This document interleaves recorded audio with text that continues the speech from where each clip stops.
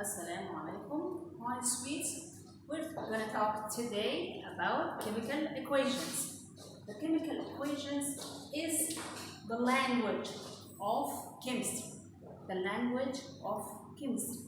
So you have to know the chemical equations to translate chemistry. Okay? To know the information of chemistry. No problem in chemical equations. Today, we're going to talk about the structure of chemical equations, the symbols of elements and compounds, the valency of elements and groups, and the physical state that is written in the chemical equation, and examples of it, and how can you study chemical equation. First, we're going to talk about the structure of chemical equation. The structure of chemical equation, in the left side, the reactants,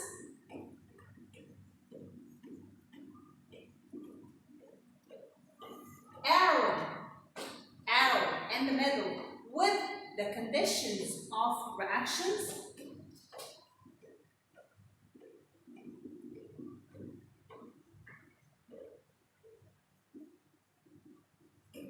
And in the right side, the products or the resultants.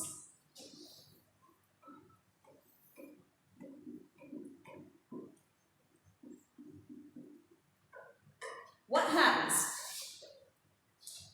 The reactants consist of either they are atoms, molecules of elements, or compounds. Let's see that. Atoms, element, molecule, or compound. Okay? The atoms are elements, but with one atom. Like what? Like iron or carbon. Okay? The element molecule consists of more than one atom. Like what? Like hydrogen.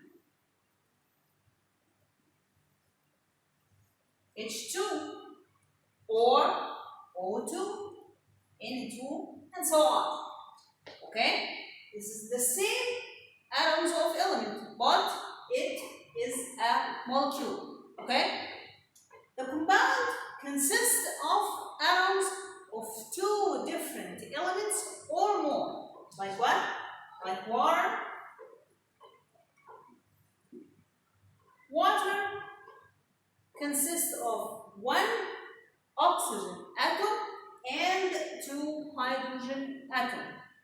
And of course, there are other compounds more complicated than water. Like what?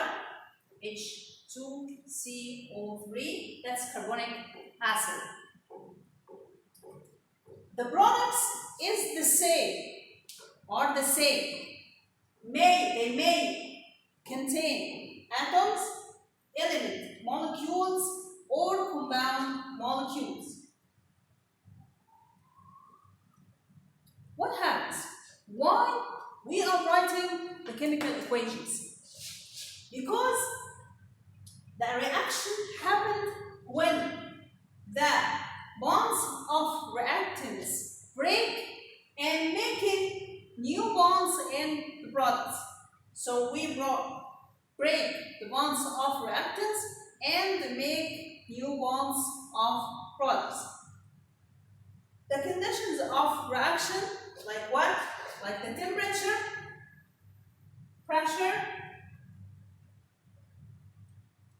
and sparkles of electricity, or catalysts, or so on. Acidic medium, alkaline medium, and so on. The conditions conditions that the reaction happened with it. Okay? The chemical equations structure contain compounds.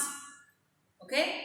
And we have to know how can we write the compound. You know the symbols of elements from the periodic table. Review the video of periodic table. The symbols of all elements in the periodic table. I know the names of the element and the symbol of the element. But the compounds, the elements in the compounds, the elements bond with each other with some way. How can we write the compounds? We write the compounds in two parts. The first part is the positive part. The second part is the negative part. We call the positive part cation. And we call the negative part anion. I know in English language you announce this part shan. No, don't do that. This comes from Latin language, so you call it cation. Cation means the positive part. And if you see the similar between the positive and T, so not be confused. Okay? So the positive part comes first, like we said in the video of periodic table. Positive part comes first, okay? And negative part comes after, okay? This positive part or negative part might be an element, a radical of an element, or a radical of group. What is the radical? The radical is a part comes out of it a bond or more, a one bond or two bonds or more, okay? This is called radical. This positive part called radical. So the radical, either it is an element like sodium, positive sodium, or group. What is groups? Or what is the radicals of groups? The groups of is some elements bond with each other, but they react as they are one element. Like what? Like carbonate or ammonium. The carbonate is negative and ammonium is positive. How can I know how many bonds comes out of the radicals? The bonds comes out of the radicals calls the valency. And I can tell you the valency, the bonds, like what? Like Na is monovalent. What is the syllable of the part mono? In Latin language, mono means one. Di means two. Tri means the three. Tetra means four. Beta means five. Hexa means six. And hepta, that like the novel, means seven. Okay? So the radical, one bond comes out of sodium. It means one monovalent.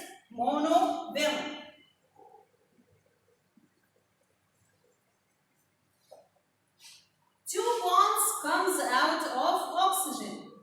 It means divalent.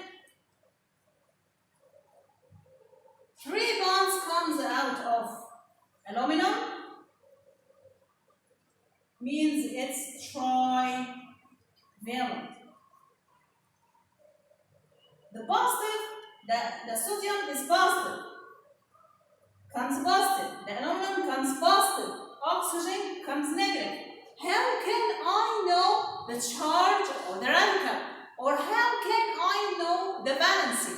With this video, I'm going to give you a reference or a document with all the symbols of elements in a table with the valency of elements and with the charge of the element and the groups, all the groups with the valency and the charge. Okay? So in your book. So I can know whether it's monovalent or divalent and so on. And the groups also. The carbonate is divalent and it is negative. The sulfate is divalent and it is negative. Okay? I'm going to give you a reference with all elements and all in your book and all the groups or radicals in your book with the valency and that positive, whether they are positive or negative. In the equation, I should write the physical state of element or compound with the small symbols. The small symbols. How can I know the name of element and or the name of group? In periodic table, symbols of our elements and in the table that I'm going to give you with this video have all the name of groups. Okay? I write the physical state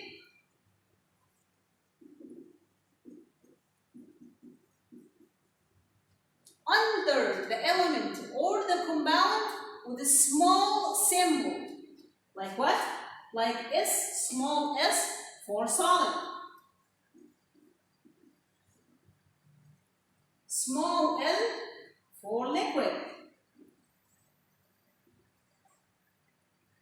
Small g for gas. And AQ for the aqueous solution. What is the aqueous solution?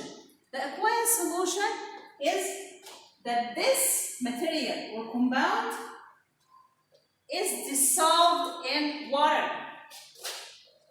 So this is water and the material is dissolved on it. The water is the medium dissolving this material.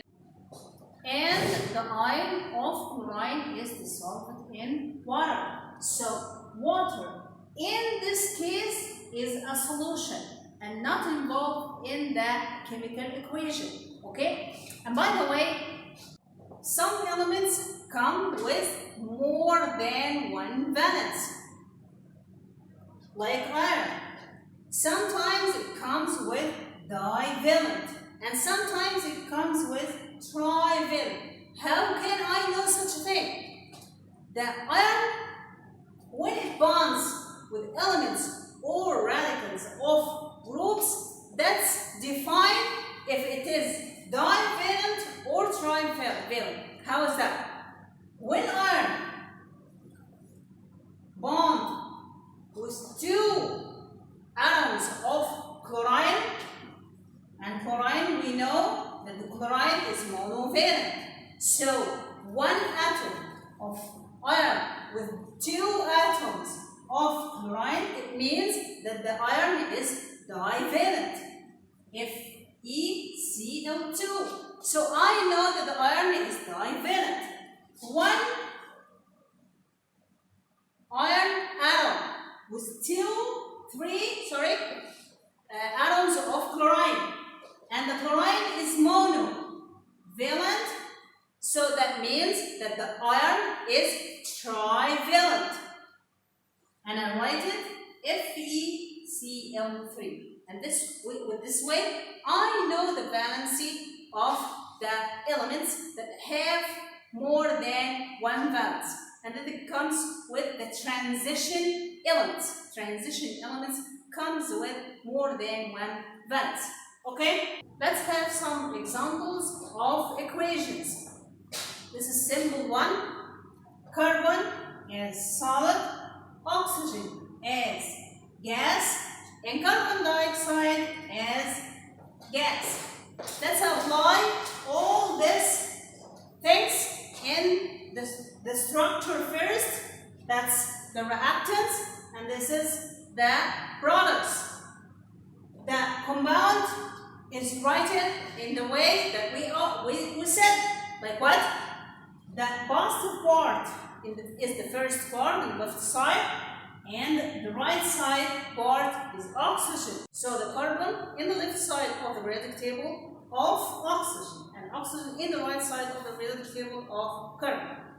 And now we're going to take another example of equation that we are drinking every day. Water and carbon dioxide as soda and soft drinks gives me carbonic acid.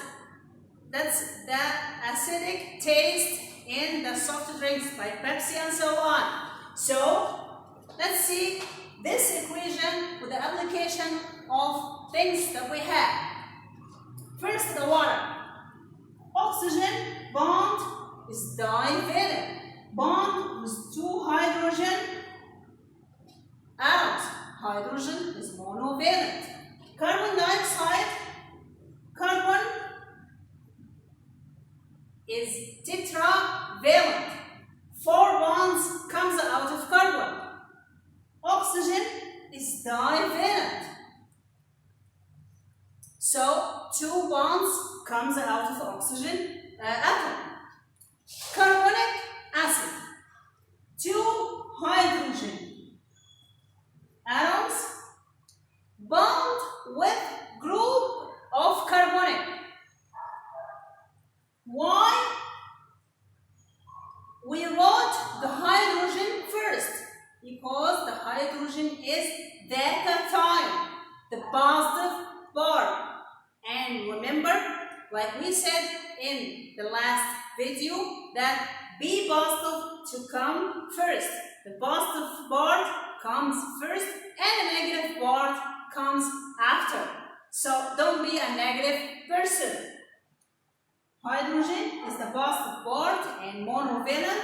Carbonate is a negative part and it is divalent, and this carbonate is responsible for the acidic taste in soft drinks. Okay? Other thing, how can we study equations? I need you to put some techniques to study equations without being bored. You can study equations with some techniques. What is this techniques? You relate the equations to reality. Like what? Like the last one. We said that this is soda and this is water. And this is the carbonic acid responsible for the acidic taste in Pepsi or soft drinks. What else?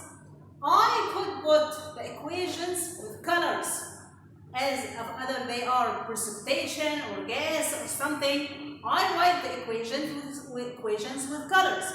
In secondary 3, you will have a whole unit about the reactions and the colors of precipitations. The questions asks you about the color of precipitation. So I could color things to memorize this compounds or this precipitation. Okay, what else? I could put things that related, memorize the groups and memorize the elements, and relate to these groups and these elements that make my mind memorize this thing. Relate things to memorize the compounds. Okay? The periodic table. I said before that you are going to put the periodic table on the walls. when you look at the periodic table, you will remember the symbols of elements and you will relate to the valency and so on. Thank you guys. You know I love you so much, and you can watch this video on my channel on YouTube and the Facebook, my page on Facebook, or you can ask me anything on my WhatsApp. Thank you guys and good.